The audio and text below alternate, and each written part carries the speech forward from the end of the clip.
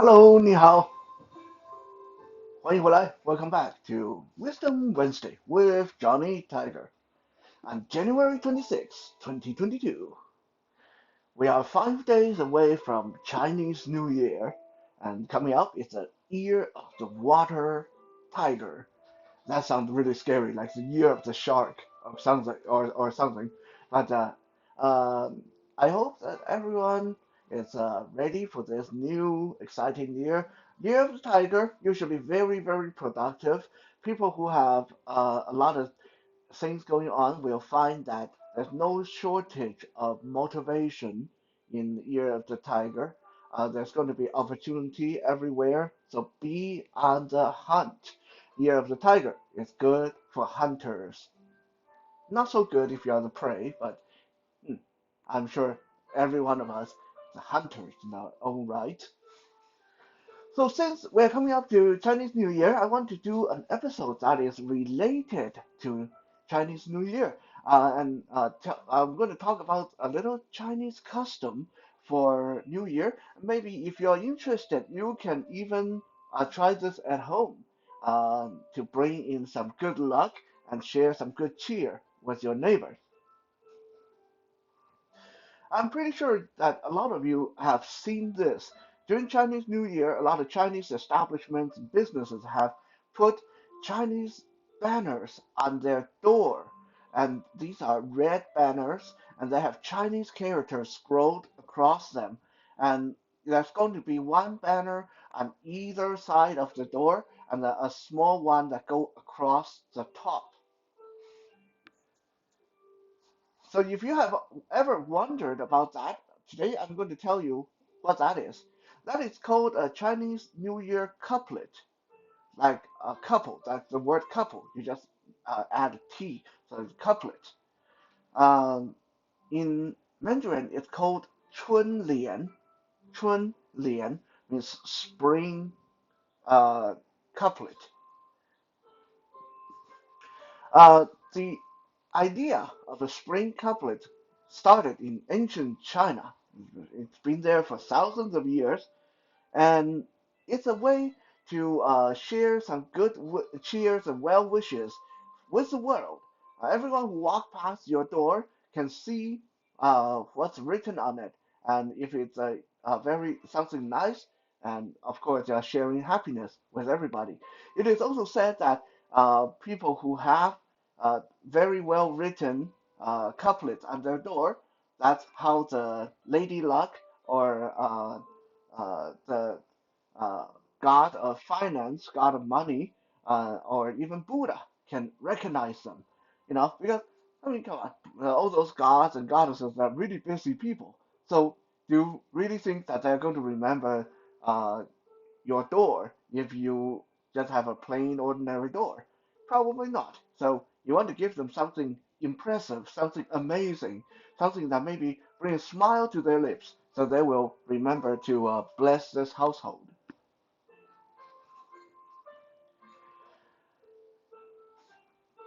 The idea of the couplet, the New Year's couplet, actually evolved from a very old word game that Chinese scholars played with each other, whether during drinking, when they were drinking, it was a drinking game, or it was even quite often the subject of imperial exams.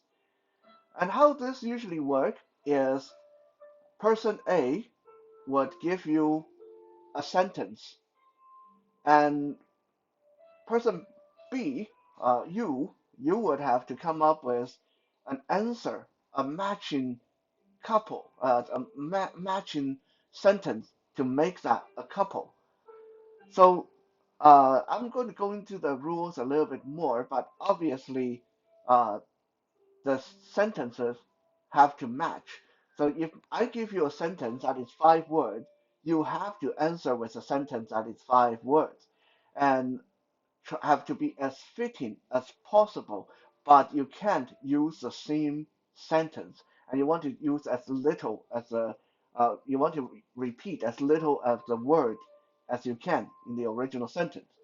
So, for example, if I say something like, "I wish, I wish for world peace," I wish for world peace. That's a five-word sentence. You have to come up with another five-word sentence that you have to tell me why does it match, how well does it match, uh, and it doesn't have to strictly be in the contents. Obviously, if the contents match, then that's good. But it definitely have to have only five words because my original sentence, I wish for world peace, only have five words. So your answer have to only have five words. Now you can come up with a sentence that also starts with the letter I and then end with the letter E, and that will definitely make it even a better match. But you have to avoid using any of the words like world peace or I or wish for. You have to avoid these words. Otherwise, it's considered poorly sought out and copycat and plagiarism. So there's quite an art to it. Like I said, this was often the uh, the the the subject, one of the categories you have to deal with when you uh, did your imperial exam in the old days. For the scholars to pass the imperial exam, a lot of them had to do this. Um, Another thing is, in the old days, there were quite often there were couplet tournaments. Uh, Usually, how couplet tournament worked was there would be the person who put on the tournament would have, let's say, 10 sentences, and everyone would have to come up with 10 sentences to match them. And obviously, there's going to be a panel of judges, and the person who gets the best, who are judged to be the best matching sentences, would win. And in the old days, sometimes these tournaments were put on by highly ranking noblemen, noblewomen, even the royalties themselves. So if you could win this, you would usually win like thousands of gold or silver and or even a house or a lot of land. So it's quite a thing in Chinese history to be able to do couplets. Um, Now, eventually, people faded out this game when obviously nowadays there's a lot of other things you can play. Uh, Computer games, video games, playing on your phone, poker, card games, chess, checkers, there's all these other things people play nowadays. But uh, the one time of the year where the beautiful tradition, the very highly intelligent tradition of couplet is still valued is during Chinese New Year. Putting on the couplet on your door is like how people put Christmas tree up during Christmas. It's not like you're not bound by law. No one's going to do anything bad to you if you don't. You're just going to people's going to be pointing at that house and say, hey, look, they they they don't have anything on their door. They must be really illiterate, or they must be really poor. So that's the kind of thing. Um, for most of Chinese history, nowadays it's a lot easier, but throughout most of Chinese history, for thousands of years, there's only three, generally speaking, there was only three ways for people to obtain a New Year couplet for their door. Number one, if your family is a more literate, more educated family, you can write your own. However, However, not anyone in the family have the authority to write a couplet. Um, so the New Year couplet have to be either written by the patriarch of the family, the oldest, most highly respected male member of the family, or the favored son. So if it had to be written by one of younger generation, it have to be someone that uh, the whole family recognize as the brightest, the best. So it's not like anyone in the family can just write one and get it put on the door. It didn't work like that. There were some really strict rules around it. Only the patriarch have the right to write it and put it on the door, and only the favored son have the right to write it and put it on the door. Now, back then, the majority of the population were not very literate. They didn't really know how to write, or even those that did know how to write, they didn't have the education or the poetic, artistic mindset to be able to come up with something like this. And, people have to farm, they have to take care of livestock, take care of other chores. They didn't have time to sit there figuring out this word game all day long. So a lot of people would actually just buy it. And this takes us back to the scholars and the imperial exam. Like I mentioned in a lot of previous videos, if you were a scholar in ancient China, the only way for you to get out of poverty is to pass that imperial exam. Because once you pass that imperial exam, then you can work for the government. But until then, you unless you want to be a teacher in a school, but back then that's not really a career that's going to keep you fed all the time because a lot of people didn't go to school. So for most scholars, Chinese New Year was the one time of the year when they could hopefully make enough money so they can have food on the table for the rest of the year. What they do is they would buy a lot of red parchment, red paper, red fabric, and they start writing. And they start coming up with couplets, hundreds of sets of couplets, and they would sell these for maybe 3 silver or 3 copper or 50 silver or something like that. And depending on how good the scholars were, how good you were at your craft, sometimes you didn't make that much money, but sometimes all it takes is one client who was really rich to like your work, and that's it. Let's say uh, the mayor of the city really like your style of poetry or your style of couplet.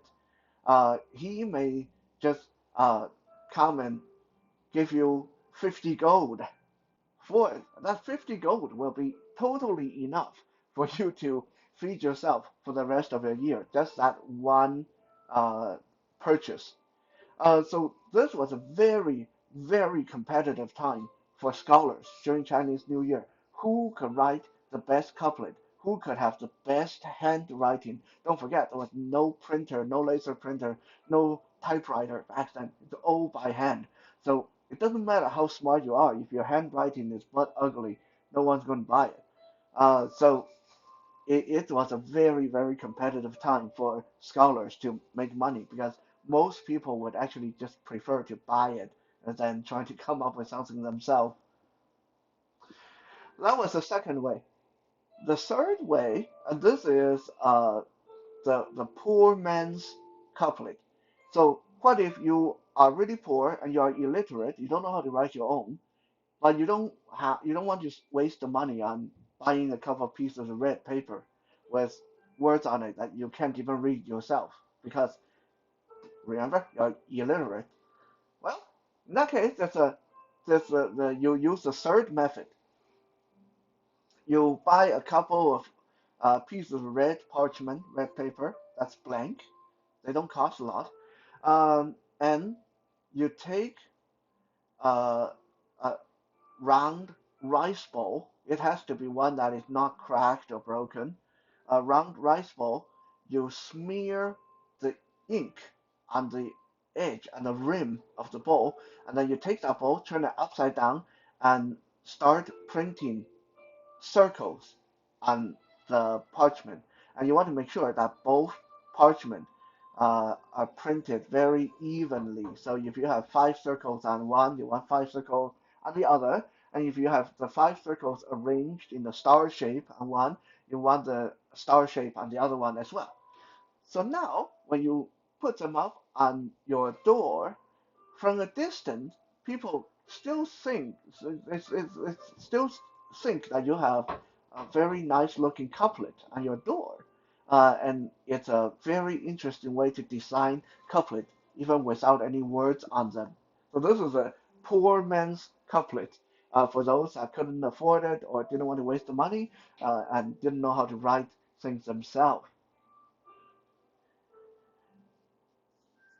Now, this brings us to a question. There was no glue back then. There was no thumbtack or stuff like that. So how did people get these things on the door? Well, I don't know how many of you, if you are from my generation, you might have done this before. Learn how to make your own glue. And all that takes is flour, water, and then you start getting that on a boil. You boil that, and then while it's boiling, you just stir it with a chopstick, and you keep stirring until most of the water is gone. And what you're left with is a sticky mess, sticky goop, and that's what you put that you smear that on your door, and then you can put your couplet on the door. Of course, nowadays you don't have to do that. Nowadays you just buy any old glue from the store. So now that we understand what couplets are and uh, what they're about and their significance to the culture, let's talk a little bit more about general rules.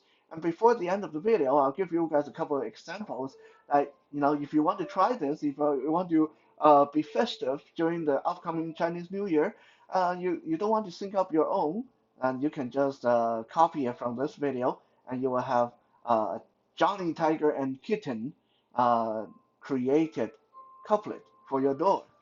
Now, first, they have to be on red paper. That's rule number one. They have to be on red paper.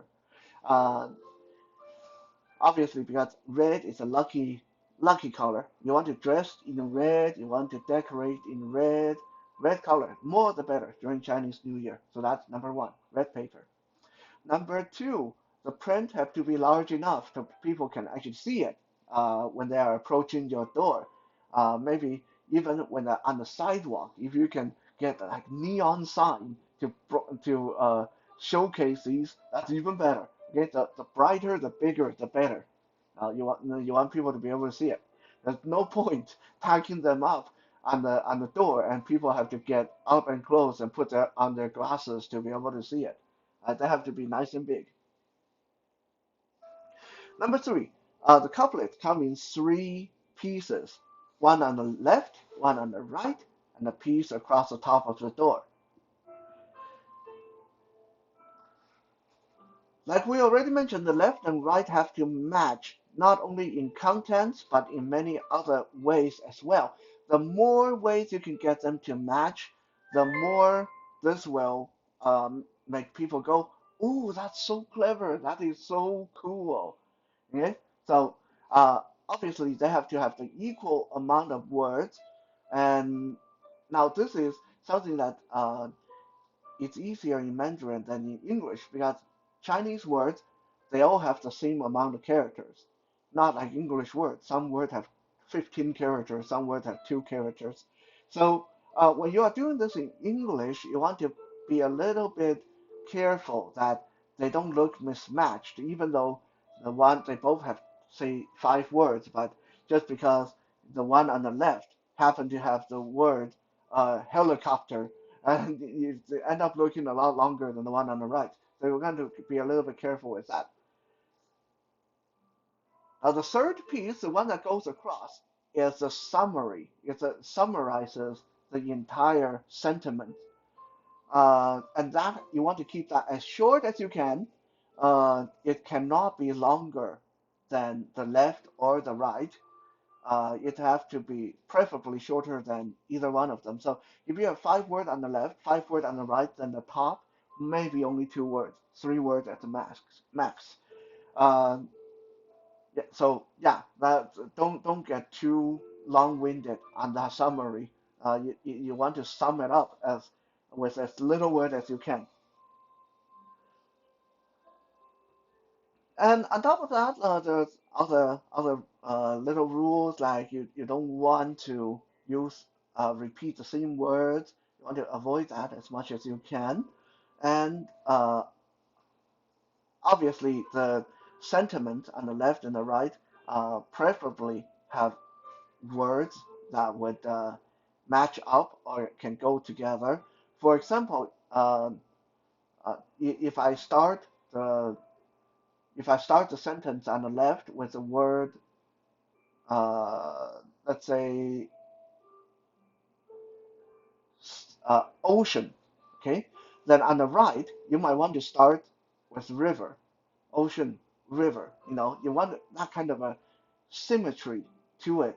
You don't want me to like I if I start the one on the left with ocean and you start the one on the right with atomic bomb. Okay, that not to mention that's 2 words to my one, but so if you start the one on the right with atomic, that is going to look really weird, right? Okay, so you want to try to get the sentiments, the words to be as closely matched as possible.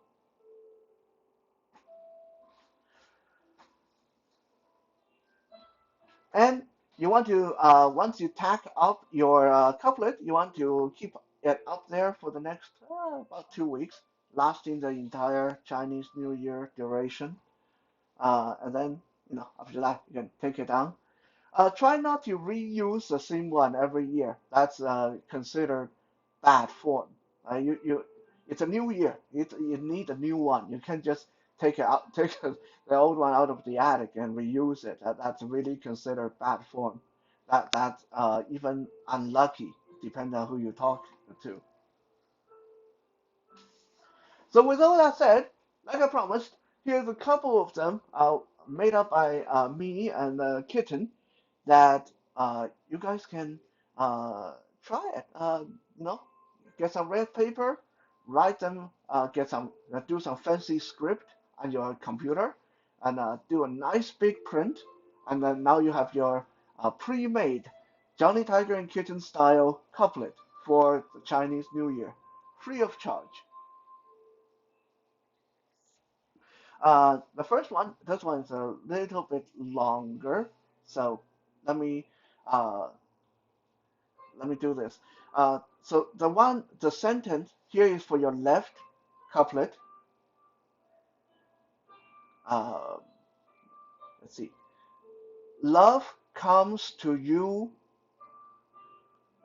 when you learn to cherish. Okay, 9 words. Let me repeat that. Love comes to you when you learn to cherish. Love comes to you when you learn to cherish.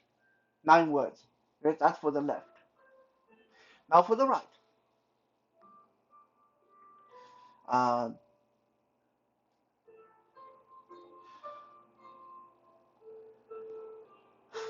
Fortune favors the ones who are willing to try.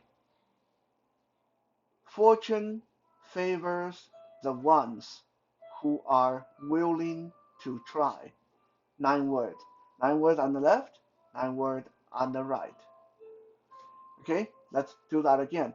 On the left, we have love comes to you when you learn to cherish.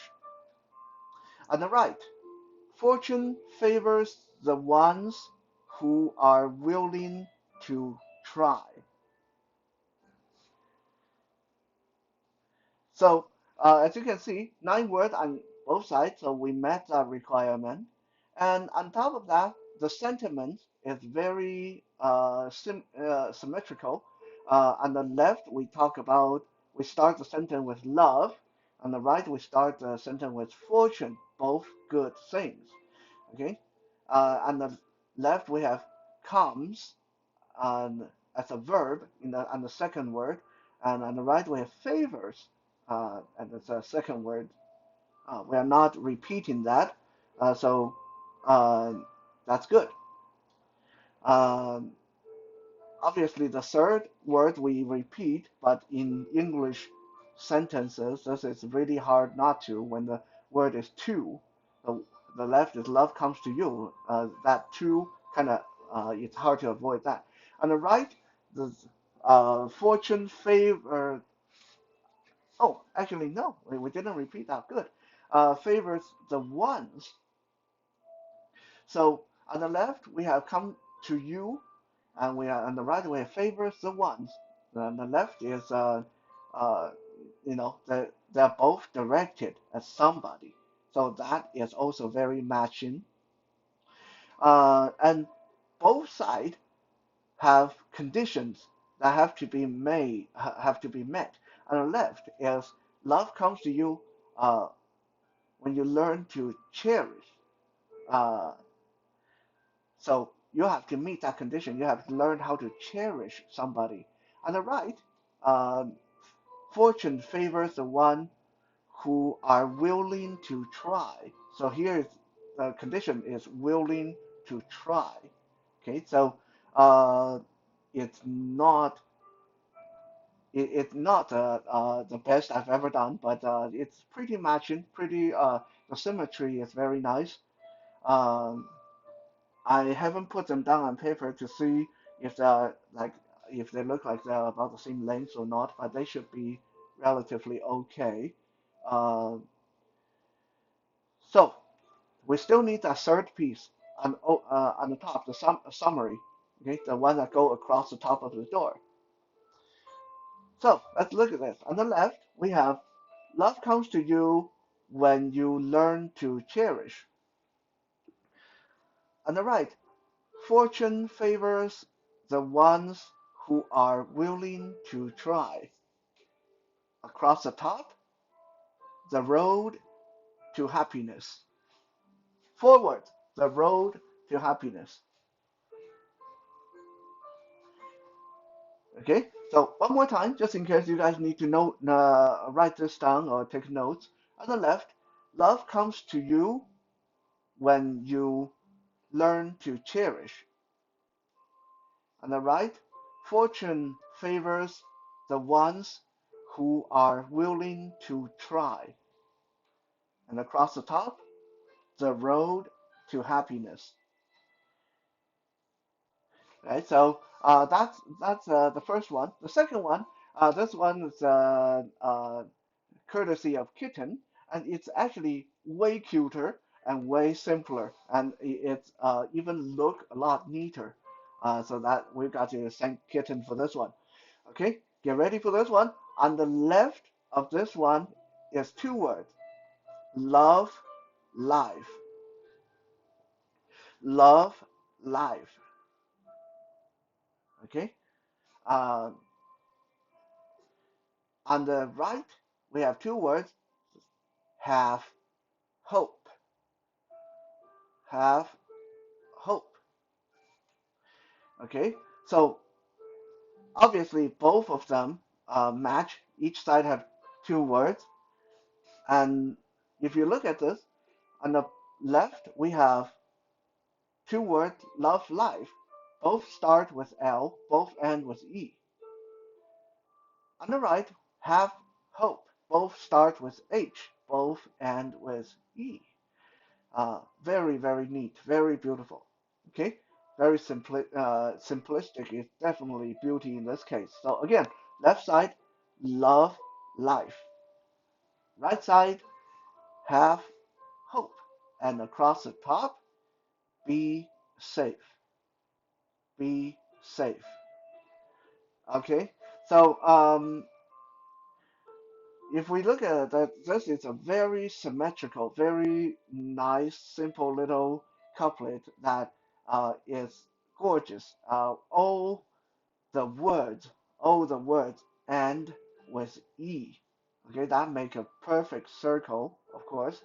And then the left and the right, they match in sentiments, they match in the number of words, and they even match in the number of letters. If you look at love, life, 4 letter each, have, hope, 4 letter each.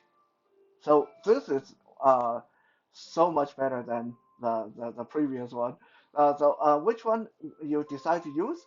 We hope that you have a happy Chinese New Year. And I'll see you guys again tomorrow on Toy Thursday.